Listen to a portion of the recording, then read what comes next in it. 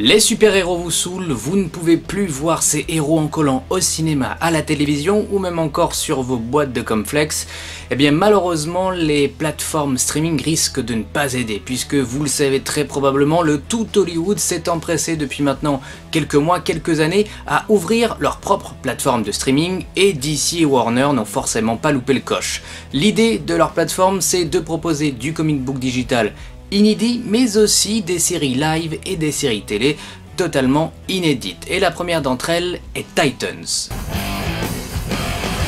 Alors que penser de Titans ? Soyons sincères, si vous n'aimez pas l'univers de Zack Snyder chez DC, si vous n'êtes pas véritablement un aficionado des séries Marvel et Netflix, et si vous ne voyez le super-héros uniquement par le prisme de Marvel Studios, vous risquez de détester Titans.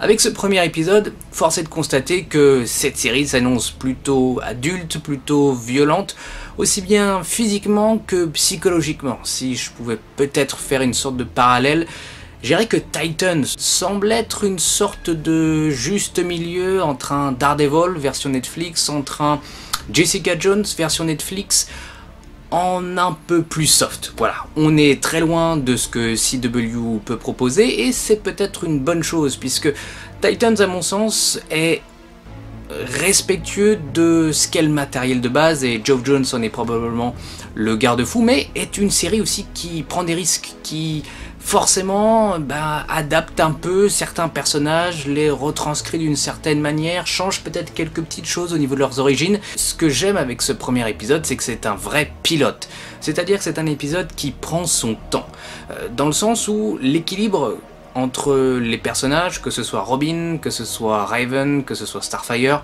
change là, n'apparaît qu'à la toute fin de l'épisode, mais on en reparlera un tout petit peu plus tard dans la vidéo.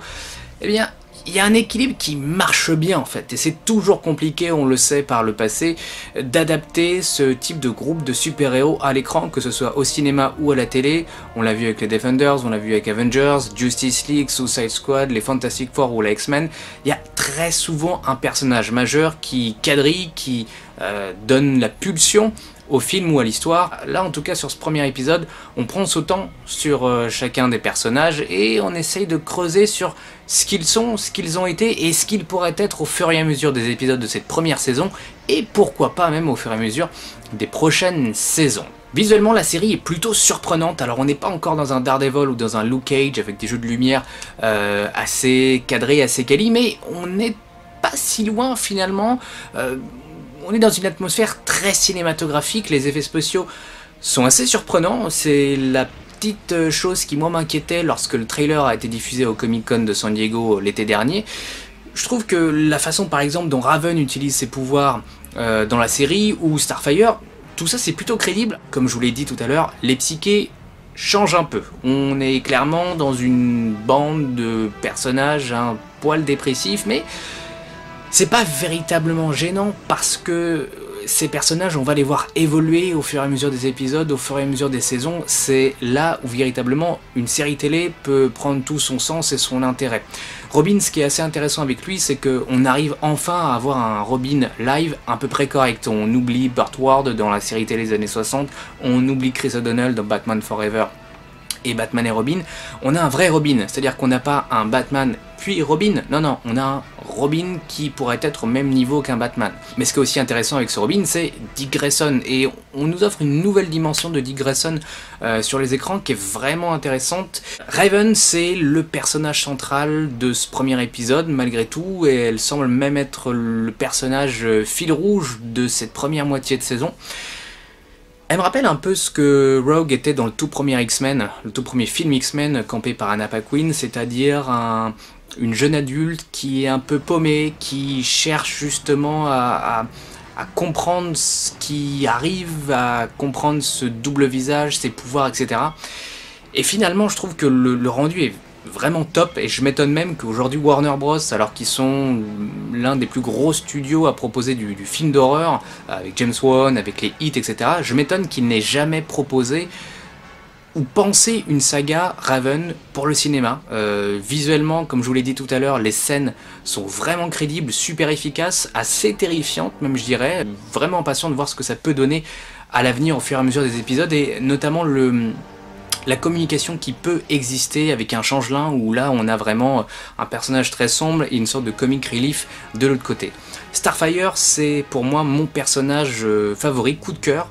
Alors c'est clairement le personnage qui est peut-être le moins fidèle, en tout cas dans ce premier épisode, par rapport au matériel de base, mais je pense honnêtement que comme Robin, comme Raven, au fur et à mesure des épisodes, les personnages qui paraissent un peu sombres évolueront vers des traits de caractère qui nous semblent un peu plus fidèles ou plus proches de ce qu'on a pu connaître dans le comic book classique. Mais Starfire, dans ce premier épisode, moi je la trouve assez fascinante et intéressante, c'est-à-dire qu'elle est très intrigante, on comprend quelques petites choses, mais il y a un vrai mystère sur le passé qui l'entoure. Voilà, je trouve que c'est plutôt efficace, et surtout la scène où on découvre pour la première fois son pouvoir dans une sorte de discothèque, c'est hyper efficace. C'est à la fois drôle, c'est à la fois un peu trashouille, c'est fun, c'est cinématographique, enfin c'est vraiment bien foutu, bien mis en scène, très agréable, et je trouve que cette actrice, pour l'instant, campe une version qui pour moi fonctionne très bien. Changelin, comme je vous l'ai dit, on le voit à la toute fin. On devrait normalement avoir, je crois c'est l'épisode 4, devrait être une sorte de centrique sur Changelin. Clairement il semble être le comic relief de ce Teen Titans, c'est-à-dire voilà l'aspect un peu plus léger, un peu plus comique, peut-être un peu plus geek aussi, à voir s'il pousse le trait, j'espère pas trop, mais pour l'instant de ce que je vois c'est plutôt sympa, et même les transformations sont plutôt crédibles. C'est vrai que le rythme de ce premier épisode est un peu lent, mais je préfère honnêtement avoir un type de rythme comme ça. C'est une série télé qui essaye de mettre en avant 4 personnages centraux, 4 personnages qui sont pour certains connus du grand public, et à un moment donné il faut aussi un peu creuser sur chacun d'entre eux, sur leur psyché, sur leur personnalité. C'est ça aussi que moi j'aime dans Teen Titans, peut-être à la différence d'un Justice League ou d'un Avengers, c'est que il y a le côté super-héros, on veut sauver le monde, mais ce que j'aime dans ces Teen Titans, c'est l'aspect famille qu'on a véritablement dans le dessin animé, qu'on a dans le comic book.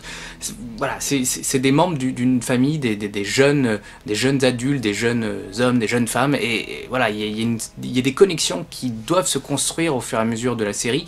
On n'a pas encore une véritable idée du plot de cette première saison. Il y a une ou deux scènes d'action plutôt sympas dans la série, notamment une avec Starfire, une avec Robin, et une entre guillemets aussi avec Raven, même si c'est pas une vraie scène d'action. C'est pas les scènes d'action la Daredevil, mais voilà, il y a des choses vraiment intéressantes. Je trouve que les chorégraphies sont plutôt bien menées. Voilà, moi c'est ce que j'ai envie de garder de ce premier épisode, c'est que c'est un épisode, un pilote qui donne véritablement du potentiel à ce que peut être la série Titans, et même de ce que peut être éventuellement cette plateforme DC Comics. Merci à tous d'avoir regardé cette émission, n'hésitez pas à nous dire en commentaire si vous avez aimé ce premier épisode de Titans, qu'est-ce que vous en attendez, qu'est-ce que vous pourriez ou souhaiteriez voir dans les prochains épisodes. N'hésitez pas à mettre un gros spoiler malgré tout le monde n'a pas encore vu cette série. N'hésitez pas à vous abonner à notre page YouTube, à liker notre page Facebook, à mettre un pouce bleu sur cette vidéo si vous avez aimé soit la série, soit notre émission, et on se retrouve très prochainement, notamment à la fin de la semaine prochaine au Comic Con Paris pour tout un tas de conférences et plein de surprises. A très bientôt, ciao.